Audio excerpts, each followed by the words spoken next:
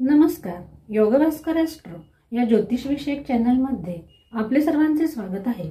आणि आपण पाहत आहोत राहूचे होणारे राशी परिवर्तन आणि त्याचा प्रत्येक राशीवर पडणारा गोचरीचा प्रभाव. या शृंखलेमध्ये आज मेष रास आणि मेष लग्नांच्या जातकांसाठी राहूचे हे गोचरीचे भ्रमण कसे असणार आहे याविषयीची ज्योतिषीय माहिती. दिनांक 18 मे 2025 रोजी राहू हा ग्रह आपले राशी परिवर्तन करणार आहे.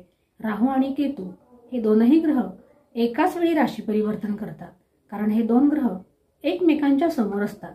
यांना छायाग्रह असे देखील म्हटलेले आहे. राहू हा ग्रह एका राशीमध्ये 18 महिने इतक्या कालखंडासाठी वास्तव्यास असतो. म्हणून जेव्हा राहू केतू आपले राशी परिवर्तन करतात तेव्हा त्यांचे राशीफळ हे आपली चंद्र राशी आणि आपली लग्न राशी या दोनही राशीप्रमाणे पाहणे हे गरजेचे असते, कारण याचे होणारे परिणाम हे मानवी जीवनावर दीर्घकाळ टिकणारे असतात. आणि म्हणूनच या दोनही राशींचा अभ्यास हा महत्त्वाचा ठरतो आणि त्यानंतर एकत्रितपणे त्याचा निर्णय घ्यावा लागतो. ज्यांना आपली चंद्ररास माहीत नाही अशांनी हे राशीफळ आपल्या रामराशीनुसार पाहावे. राहू हा ग्रह मायावी ग्रह आहे. हा ग्रह भ्रम निर्माण करणारा ग्रह आहे आणि कलियुगामध्ये राहूचे अधिपत्य असलेले हे दिसून येत आहे. दिनांक 25 नोव्हेंबर 2026 पर्यंत हा राहू कुंभ या राशीत राहणार आहे. कुंभ रास ही राहूची स्वराशी मानली जाते. त्याचबरोबर कुंभ ही रास शनीची मूल त्रिकोण राशी आहे. राहू हा मीन राशीतून कुंभ राशीमध्ये आपले राश्यांतर करणार आहे. मेष राशीच्या जातकांचा विचार करता मेष राशीच्या आणि लग्नाच्या जातकांसाठी 11व्या भावातून म्हणजेच लाभ भावातून राहूचे हे गोचरीचे भ्रमण होणार आहे. राहूची दृष्टी ही पंचम, सप्तम आणि नवम आहे आणि राहू हा पापग्रह आहे आणि त्याची दृष्टी सुद्धा ही विच्छेदात्मक दृष्टी मानली जाते. राहू हा कोणत्याही राशीचा मालक नसतो. तो ज्या राशीत असतो त्या राशीच्या मालकाप्रमाणे हा चांगले किंवा वाईट फळ देत असतो. मेष राशीच्या जातकांसाठी 11व्या म्हणजे लाभ भावातून गोचर करणाऱ्या ह्या राहूची दृष्टी त्यांच्यासाठी तृतीय भाव, पंचम भाव आणि सप्तम भावावर पडत आहे. तृतीय भाव हा साहसाचा, पराक्रमाचा भाव आहे. येथे असणारी राहूची दृष्टी ही तुमच्या साहसाला प्रोत्साहन देणारी अशी असणार आहे. धनागमनाचे नवनवीन मार्ग या कालखंडात तुम्हाला सुचणार आहेत. लाभाचे संकेत सुद्धा हा राहू तुमच्यासाठी घेऊन येत आहे, कारण लाभ भावामध्ये पापग्रह हे शुभ फलदायी असतात. कार्यक्षेत्रामध्ये नवनव्या संधी या तुम्हाला प्राप्त होताना दिसत आहेत आणि व्यापारी संबंध सुद्धा हा कालखंड तुमच्यासाठी चांगला असणार आहे.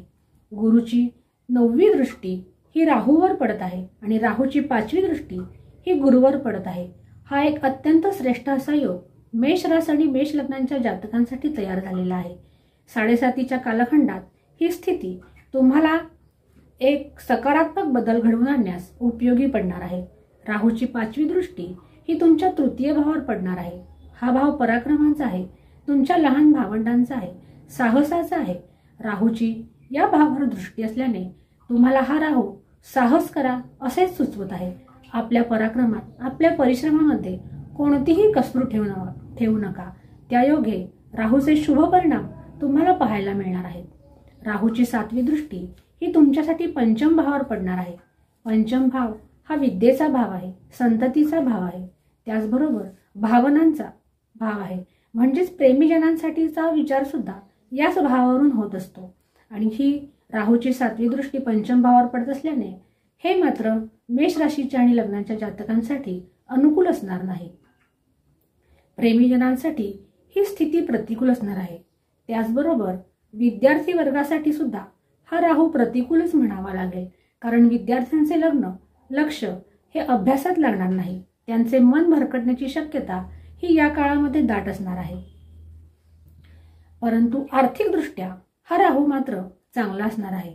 छप्पर फाडके यश असा हा देणारा राहू तुमच्यासाठी असणार आहे. करिअरमध्ये तुम्हाला हवे तसे परिवर्तनाचे योग हा राहू घेऊन येत आहे. जे जातक IT फील्डमध्ये, नेटवर्किंग फील्डमध्ये किंवा सार्वजनिक क्षेत्रामध्ये, सोशल मीडियामध्ये कार्यरत आहेत त्यांच्यासाठी हा कालखंड चांगला आहे, कारण इंटरनेटचा हा जमाना आहे आणि इंटरनेटचा कारक हा राहूच आहे. व्यापारी वर्गासाठी सुद्धा हा कालखंड उत्तम फळे घेऊन येताना दिसत आहे. व्यापार वृद्धीचे संकेत हा राहू देत आहे. धनागमनाचे नवीन स्रोत तुमच्यासाठी निर्माण होणार आहेत. परदेशी व्यापार करणाऱ्यांसाठी सुद्धा हा राहू चांगला आहे. परंतु असे असले तरी देखील कोणताही निर्णय हा घाई गडबडीने घेऊ नये, कारण त्यामुळे पुढे तुम्ही पेचात पडण्याची शक्यता ही दिसून येत आहे. किंवा जर तुम्ही गुंतवणूक केली असेल तर त्यामध्ये तुमचे पैसे फसण्याची सुद्धा शक्यता आहे. आणि म्हणून कोणत्याही शॉर्टकटचा वापर न करता विचार विनिमय करून निर्णय घेणे हे गरजेचे असणार आहे.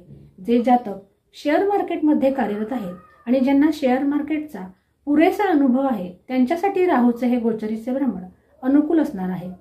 आणि या राहूची 9वी दृष्टी तुमच्यासाठी सप्तम भावावर पडत आहे आणि हा भाव दाम्पत्य सौख्याचा सुद्धा भाव आहे. आणि येथे राहूची विच्छेदात्मक दृष्टी जरी पडत असली तरी गुरुची 5वी दृष्टी या भावावर पडत आहे. त्यामुळे दाम्पत्य जीवनातील कलुषता हा गुरु तुम्हाला मिळू देणार नाही. विद्यार्थ्यांचे सुद्धा हा अभ्यासातून मन काढून घेणारा योग आहे. आणि स्वास्थ्याचा विचार करता मानसिक त्रास वाढण्याची शक्यता मेष रास आणि मेष लग्नांच्या जातकांसाठीही दिसून येत आहे. कारण 11व्या भावात म्हणजे लाभ भावात राहूचे हे गोचर भ्रमण आहे. हा भाव षष्ठाचे षष्ठ भाव स्थान आहे. षष्ठ भाव हा रोग, रिपू आणि ऋण यांचा भाव आहे. आणि याच्या बरोबर समोर हा राहू असल्याने स्वास्थ्यविषयक चिंता निर्माण करायला लावणारा असा हा कालखंड असणार आहे. आधीपासूनच ज्यांना काही व्याधी किंवा विकार आहेत त्यांनी या कालखंडामध्ये स्वतःच्या स्वास्थ्याची काळजी घ्यावी आणि त्याचबरोबर वैद्यकीय सल्ला सुद्धा वेळोवेळी घ्यावा. त्यायोगे राहूचे हे राशी परिवर्तन सुखकारक व्यतीत होण्यास त्यांना मदत मिळणार आहे. एकंदरीत विचार करता कार्यक्षेत्रासाठी व्यापारी वर्गासाठी हा कालखंड चांगला आहे. परंतु विद्यार्थी, प्रेमीजन आणि दाम्पत्य सुखामध्ये अडथळे येण्याची शक्यता हा राहू दर्शवत आहे. आणि त्यावर उपाय म्हणून प्रत्येक गुरुवारी किंवा शनिवारी तुम्ही दत्ताची किंवा श्री शनीची आराधना करणे हे गरजेचे असणार आहे. त्यासाठी गरजूंना मदत करणे, शनिवारी काळ्या वस्तूंचे दान करणे हे तुमच्यासाठी महत्त्वाचे असणार आहे. ज्यांच्या कुंडलीमध्ये मूळ कुंडलीत राहू अशुभ स्थितीत आहे त्यांनी या कालखंडामध्ये राहूचा संकल्पपूर्वक जप केल्यास त्यांना राहूचे हे गोचरीचे भ्रमण सुखकारक व्यतीत होण्यास ही मदत मिळणार आहे. राहूचा मंत्र हा ओम राम राहवे नमः असा आहे. ज्यांना हा मंत्र करणे शक्य नाही अशांनी दररोज श्री शंकराची आराधना करणे त्यांच्यासाठी हितावह असणार आहे. त्याचबरोबर प्रत्येक शनिवारी काळे तीळ आणि काळ्या उडदाचे दान हे मारुतीच्या देवळात करणे हे सुद्धा त्यांच्यासाठी लाभप्रद ठरणार आहे.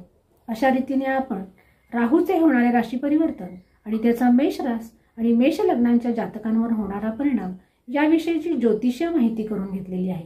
पुढील भागामध्ये आपण वृषभ राशीच्या जातकांसाठी राहूचे हे गोचरीचे भ्रमण कसे असणार आहे याची चर्चा पाहणार आहोत.